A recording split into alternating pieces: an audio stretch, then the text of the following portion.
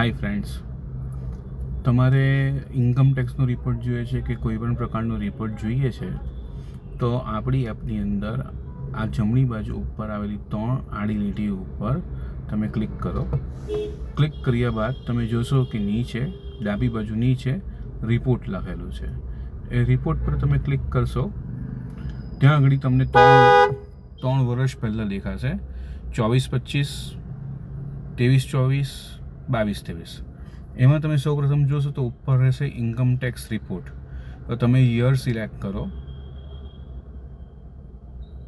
Okay, year select કરીને માનો કે ભાઈ લાસ્ટ યર 23-24 સિલેક્ટ કર્યું.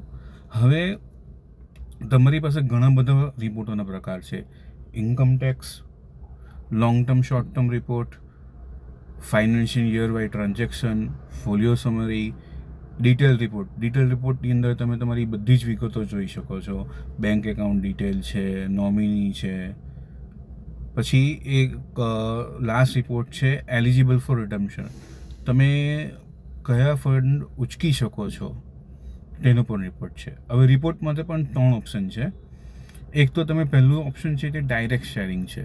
તે ડાયરેક્ટ શેરિંગ તમે તમારે કોઈ પણ વોટ્સઅપ પર કે કશે પણ ડાયરેક્ટ શેર કરી શકો છો. એઝ ફોર એક્ઝામ્પલ અમે ડાયરેક્ટ શેરિંગનું રિપોર્ટ દબાવ્યો, બરાબર છે, તો આ એક સર્કલ ફરે છે.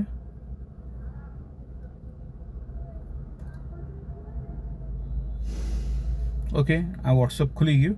તે વોટ્સઅપ પર જઈને તમારે જેને પણ મોકલવો હોય, વોટ્સઅપ છે, ઈમેલ છે, બરાબર, આ સેન્ડ કરી દીધું તમે અને આ રિપોર્ટ સીધો ચાલી ગયો સામેવાળાને. ઓકે, ત્યારબાદ તમે સેકન્ડ ઓપ્શન છે પીડીએફ. એ પીડીએફ તમારે ડાઉનલોડ કરવી છે તો સીધી પીડીએફ ડાઉનલોડ છે. લાસ્ટ ઓપ્શન છે ઈમેલ.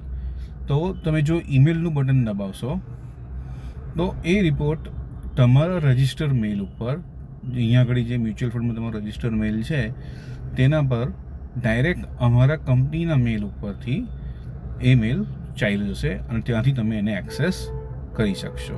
બરાબર, આ સર્કલ ફરે છે, જરાક સર્વર સ્લો ચાલી રહ્યું છે. ડાયરેક્ટ જ મેલ તમારા એના પર ચાલ્યો જશે. Okay, email send successfully.